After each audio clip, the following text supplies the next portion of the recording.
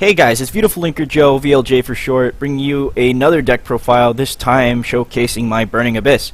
Now, if you haven't seen the previous videos, I actually play this deck and show you like a breakdown of certain plays that I've done in the past, so if you want to check those out, be sure to check my channel for those videos, link in the description. But for those that want to see how or what I do in terms of building, this is what you'll want to pay attention to. So this is obviously my Burning Abyss deck. Probably different from what you may or may not see from other decks, but we'll get into it right now. Starting off with one Barbar, you recycle most anything when it comes to Burning Abyss, so all you really need is the one. It helps to get that little extra burn damage to help push for game if you don't already know. You can banish any number of Burning Abyss up to 3, and your opponent takes 300 damage for as many that you banished. One BLS, because BLS is awesome, taking a page out of Asian Ice's book. 2 Sir, I know some people play 3, I think 3 tends to clutter a lot of the time, but 2's been comfortable for me at least. Everyone has their preferences. If it's sent to the graveyard, you can special summon one Burning Abyss monster from your graveyard to the field.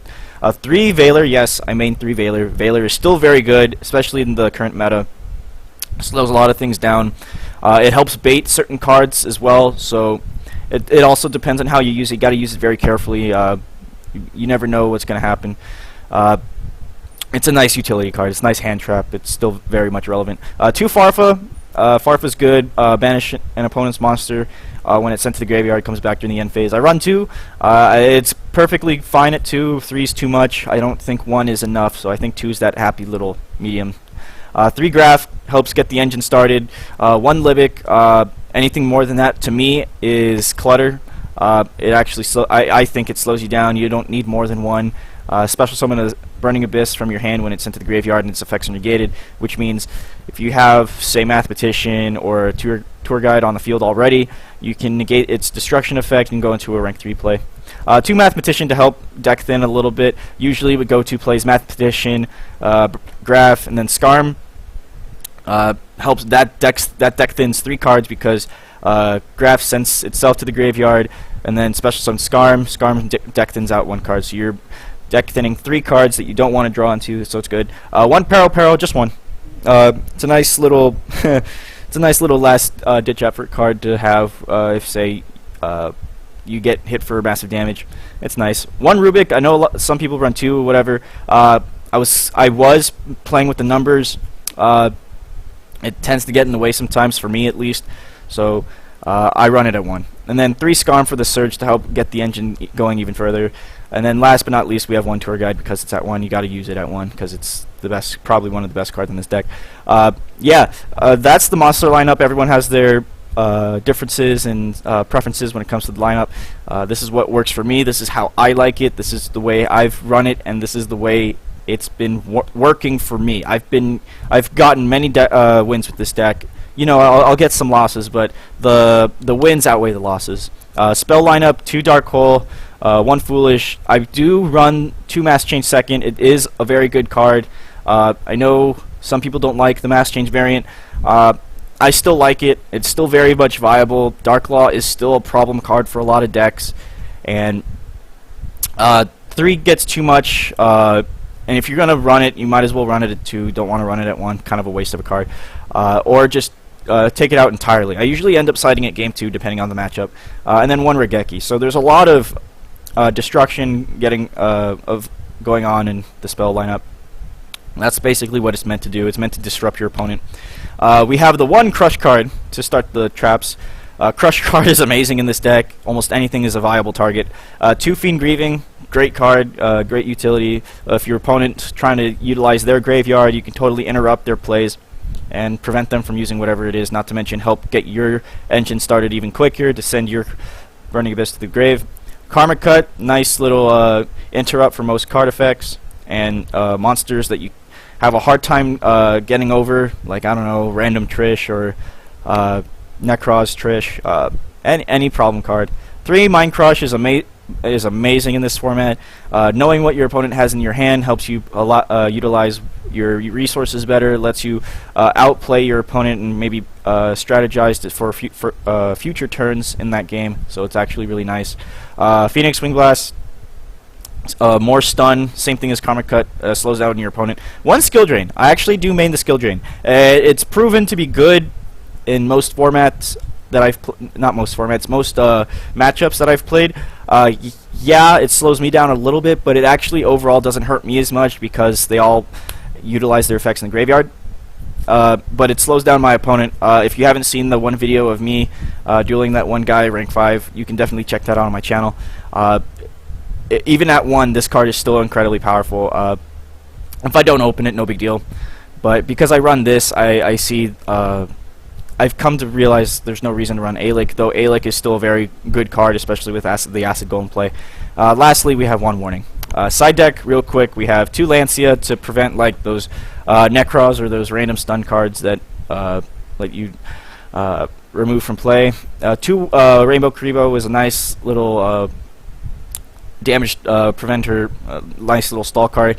Serves the same sort of purpose as Peril, just sort of like a last-ditch effort card.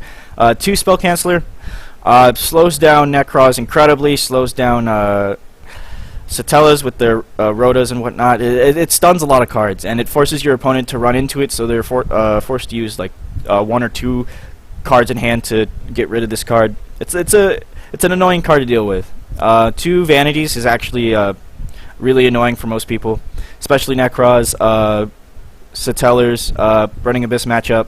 A lot of cards are this is a very much a bane to their existence. Galaxy Cyclone, even if I mill it through Dante's Effect, it's a great card to utilize in the graveyard, especially when it comes to like Pendulum monsters and floodgates like Lose a Turn, Mistake, so on and so forth. I run Mistake and Arrest. I used to run Mistake, but Mistake actually slowed me down and wouldn't let me use my Burning Abyss to their highest potential. So Mistake and Arrest is actually a much better card to use in this situation because it can be activated on either player's turn since it is a quick play effect. 2 Anti-Spell Fragrance sort of serves the same purpose as Spell Canceller.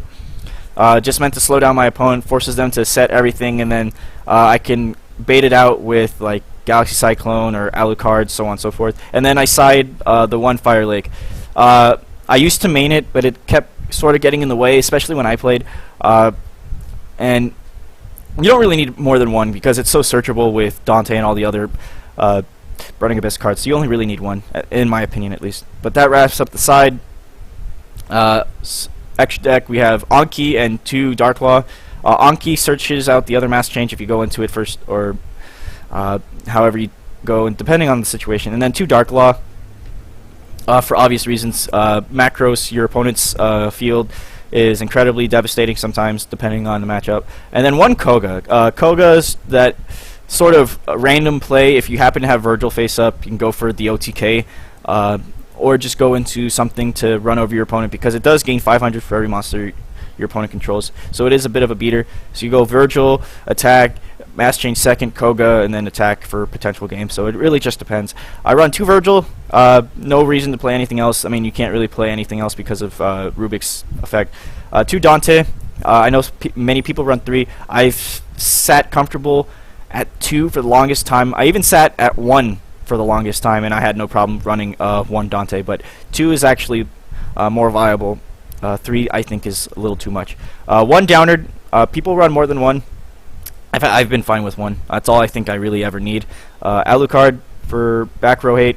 Mech Quip to protect like Dante and so on and so forth. Acid Golem for the last ditch effort play is actually really good with the skill drain combo.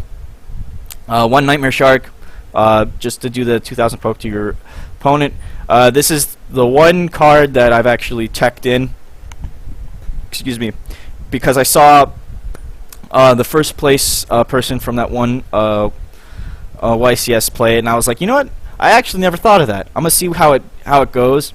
I may eventually take this out because I've actually never used it, and I actually haven't had a chance to use it, so it's actually kind of a waste of space in the extra deck. It's number F0 Utopic Future. If you don't know, it cannot be destroyed by battle, and you can use 2 Xyz monsters with the same rank that aren't number monsters to Xyz summon this card. So the general play would be like 2 Dante or like 2 rank 3s. It really doesn't matter as long as one of them is Dante to utilize its effect. Can be destroyed by battle, and then during the damage step, you if this battle an opponent's monster, you can take control of it during the battle phase, and if this card would be destroyed by a card effect, you can detach 1. So it's actually really good. You say attack into Necroz of Trishula, no damage, and then use its effect, take control of the Trishula, and then attack another monster your opponent controls. And then lastly, we have Wind-Up Zenmaines for the added defense. So that is the deck. I hope you guys enjoyed this deck profile. I know everyone plays Burning Abyss slightly differently, so this is my deck. If you guys have any comments or concerns when it comes to how I build the deck, be sure to let me know in the comments section. But if you liked it otherwise, be sure to hit the like button. And if you want to see more videos like these, be sure to subscribe to my channel. So with that, my name is VLJ, Beautiful Joe, signing off.